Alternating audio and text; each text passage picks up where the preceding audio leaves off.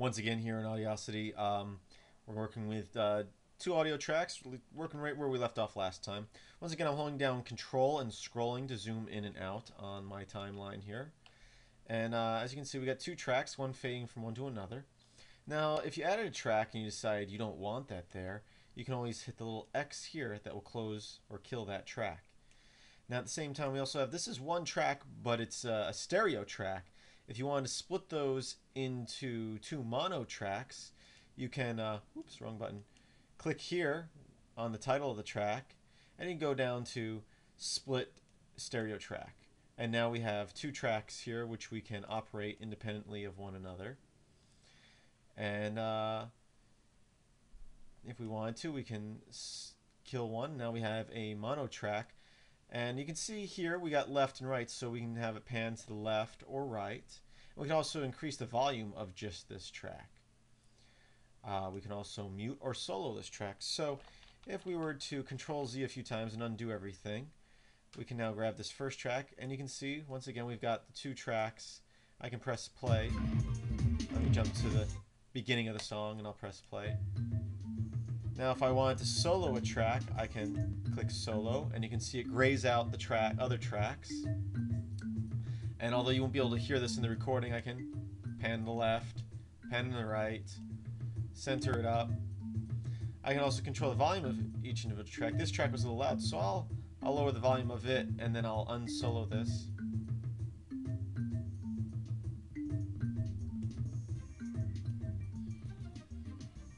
So you can see how I can individually control the total volume of each track individually. I'm going to stop that.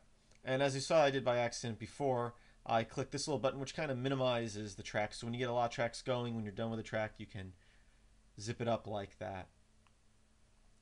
Now we have other tools, and you can unzip it by clicking on that. We have your zoom tools like so.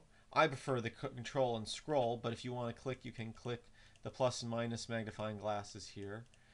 And you can also just press this button, which will fit the project to the width of your screen. So if we're zoomed in a whole bunch, we can click that, and it brings you right to that. I can zoom out, I can press that, and it puts it right there. Now, not that I'm going to get into this because I'm doing recording, but you can click this button and click Start Monitoring as far as the microphone recording. And if you have your microphone hooked up to record to this application, you'll get a little bar showing you the volume of the microphone, which you can also control the volume of the microphone here, the input volume, as well as the master volume for your project right up here.